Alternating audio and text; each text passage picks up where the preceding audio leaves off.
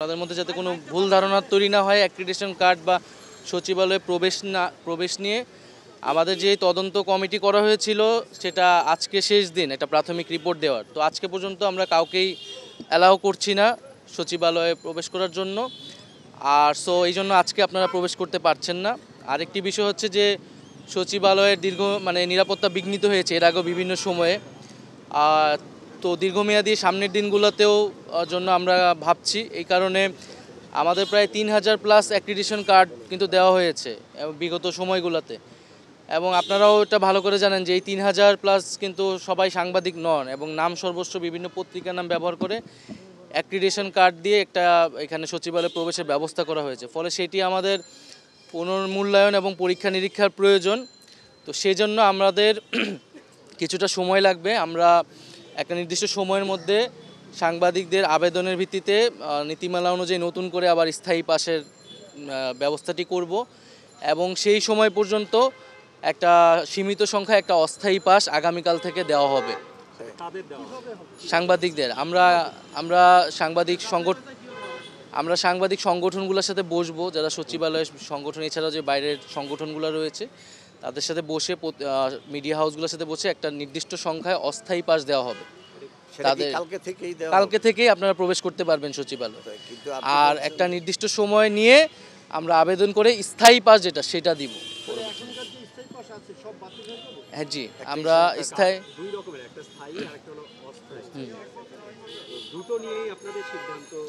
জি আমাদের কারণে এই 3000+ অ্যাক্রিডিটেশন কার্ড আমরা রাখতে পারবো না। এইটাই বেশিরভাগই এখানে ভুয়া। আমরা আবেদনের ভিত্তিতে আবার যে নীতিমালা আছে সেই নীতিমালা অনুযায়ী আমরা নতুন করে স্থায়ী পাসটি দিয়ে দেব।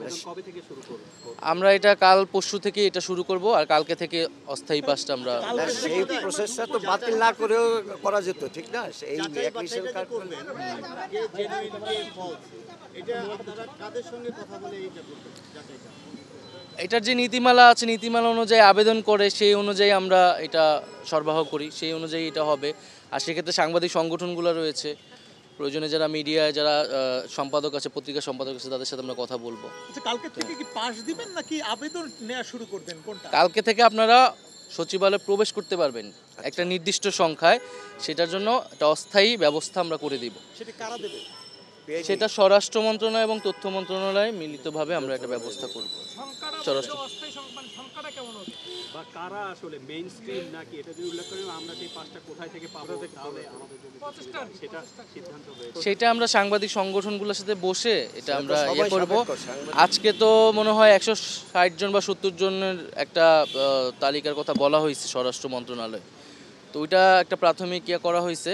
এছাড়া আমরা ওই একটা সীমিত সংখ্যা, হয়তো আগের মতো এত হবে না, প্রত্যেকটা হাউস অনুযায়ী হয়তো আমরা একটা সংখ্যা ধরে এটা আমরা অস্থায়ী করে দেবো। একটা হাউসে কয়জন পাবে সেটা তো আমরা এখনই বলতে পারতেছি না, কিন্তু এটা যত কম রাখা যায় স্থায়ী পাস না হওয়া পর্যন্ত, কারণ এখনও তো ভিতরের ভবনগুলো সংস্কার সহ আরও কিছু কাজ আমাদের বাকি আছে। এখন এই সামগ্রিক পরিস্থিতি নিয়ে যদি আপনি একটু বলেন যে এই আগুন লাগলো, তদন্ত কার্যক্রম যেটা আপনি কখন নাগাদ পেতে পারেন বা যারা তদন্ত করছে তাদের কারোর সাথে আপনার কথা হয়েছে?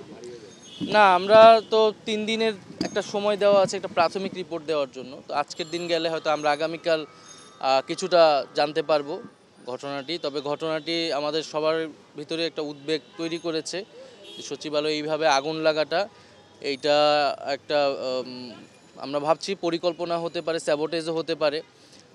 যদি সেরকমটা না হয় তাহলে এই ধরনের দুর্ঘটনা সচিবালয়ের মতো ঘটে সেটাও আমাদের ভাববার বিষয়। সেটার জন্য দীর্ঘমেয়াদী সংস্কার প্রয়োজন। তো আমরা আশা করি যে তদন্ত হলে আমরা বলতে পারবো। তবে জনগণকে শান্ত থাকার এবং ধৈর্য ধারণ করারই আহ্বান থাকবে। এই ভবনটা কবে নাগাদ চালু হতে পারে সে ধরনের কোনো পরিকল্পনা আছে কিনা? সেটা ওই প্রাথমিক রিপোর্টে আমরা জানতে পারবো।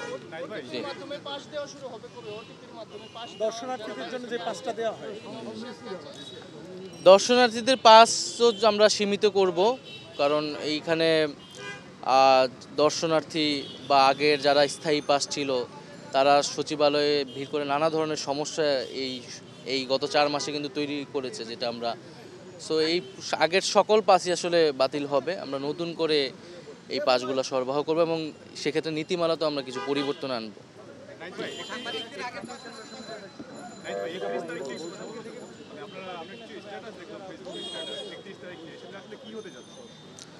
সেটা আমার যতটুকু ধারণা আছে বৈষম্যবিরোধী ছাত্র আন্দোলন একটা সংবাদ সম্মেলন করে পরিষ্কার করেছে যে আমরা যারা এই অভ্যুত্থানে অংশগ্রহণ করেছি, আন্দোলন করেছি, তাদের পক্ষ থেকে একটা জুলাই প্রোক্লেমেশন আসবে, একটা ঘোষণাপত্র আসবে যে কোন ঐতিহাসিক প্রেক্ষাপটে দাঁড়িয়ে এই ধরনের একটি অভ্যুত্থান সংগঠিত হলো বা আমাদের সরকার পতনের ঘোষণা দেওয়া লাগলো, এবং এই জুলাই অভ্যুত্থানের ফলে আসলে ছাত্র জনতার সত্যিকার আকাঙ্ক্ষাটা কী ছিল সেটি ব্যক্ত করার জন্য একটি ঘোষণাপত্র জাতির সামনে হাজির করা হবে। এক্ষেত্রে বৈপ্লবিক কোনো সরকার গঠনের পরিকল্পনা সেটার জন্য আপনাদের 31 তারিখ পর্যন্ত অপেক্ষা করা লাগবে।